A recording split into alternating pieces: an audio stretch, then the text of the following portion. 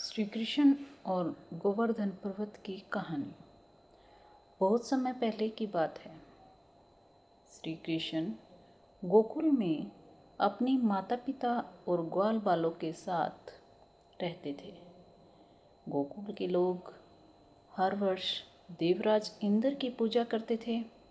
उनका मानना था कि इंद्र देव वर्षा करते हैं, इसलिए उनकी पूजा करना आवश्यक है। एक दिन बालक कृष्ण ने गांव वालों से पूछा, आप लोग इंद्र देव की पूजा क्यों करते हैं? गांव वालों ने कहा, इंद्र देव वर्षा करते हैं, जिससे हमारी फसलें उगती हैं और पशुओं को चारा मिलता है। श्री कृष्ण ने समझाया, हमें उस गोवर्धन पर्वत की पूजा करनी चाहिए जो हमें घास, पेड़, जल और रहने का स्थान देता है। हमारे जीवन में गोवर्धन पर्वत का बहुत बड़ा योगदान है। गांव वालों को श्री कृष्ण जी की बात उचित लगी। उन्होंने इस बार इंद्र की पूजा करने की बजाय गोवर्धन की पूजा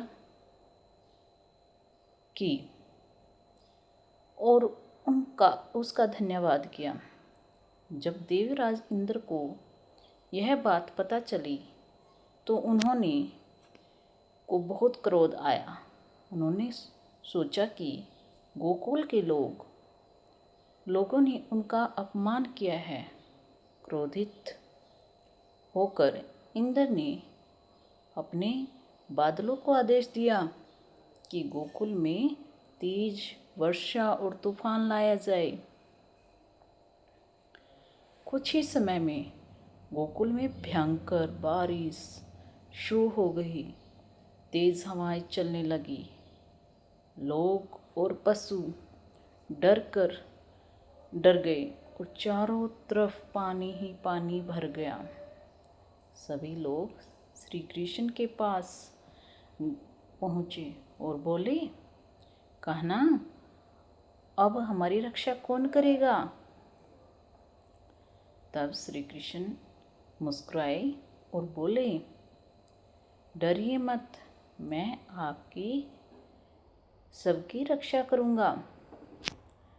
तब उसके बाद उन्होंने अपनी छोटी उंगली पर गोवर्धन पर्वत को उठा लिया और सभी गोकुलवासी, गाय और अन्य पशु उस पर्वत के नीचे आकर सुरक्षित हो गए। लगातार 7 दिन और 7 रात तक वर्षा होती रही, लेकिन किसी को कोई नुकसान नहीं हुआ। श्री कृष्ण अपनी छोटी उंगली पर पर्वत उठाए खड़े रहे। आखिरकार इंद्र को अपनी गलती का एहसास हुआ।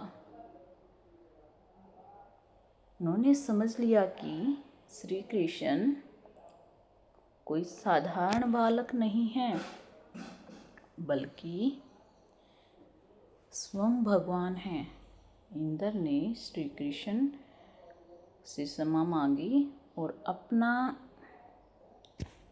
अहंकार त्याग दिया।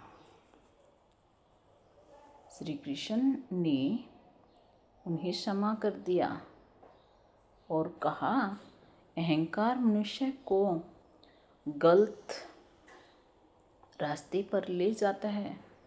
हमें हमेशा विनम्र रहना चाहिए। जिससे इसके बाद वर्षा रुक गई और गोकुल में फिर से खुशियाँ लौट आई। तो सभी लोगों ने